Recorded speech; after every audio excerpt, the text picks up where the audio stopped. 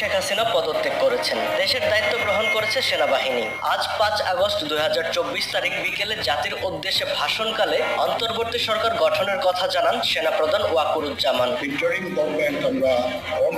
সেনাবাহিনীর সহায়তায় গঠিত অন্তর্বর্তী এই সরকারে দেশের স্বনামধন্য যে 10 জন ব্যক্তির নাম শোনা যাচ্ছে তারা হলেন ডক্টর সলিমুল্লাহ খান, ডক্টর আসিফ নজরুল, বিচারপতি অবসরপ্রাপ্ত আব্দুল ওয়াহাব মিয়া, জেনারেল অবসরপ্রাপ্ত ইকবাল করিম ভূঁইয়া, মেজর জেনারেল অবসরপ্রাপ্ত Syed Iftekhar Uddin, doctor Debapriya Bhattacharya, Motiur Rahman Chowdhury, brigadier general অবসরপ্রাপ্ত এম শাখাওয়াত হোসেন, ডক্টর হোসেন জিল্লুর রহমান এবং বিচারপতি অবসরপ্রাপ্ত এম এ মতিন।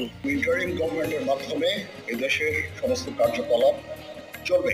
আমরা এখন মহামান্য রাষ্ট্রপতির কাছে যাব যে এই ইন্টারিম গভর্নমেন্ট ফর্মের ব্যাপারে ওনার সাথে আলাপ আলোচনা করে আমরা একটা ইন্টারিম গভর্নমেন্ট ফর্ম করে দেশ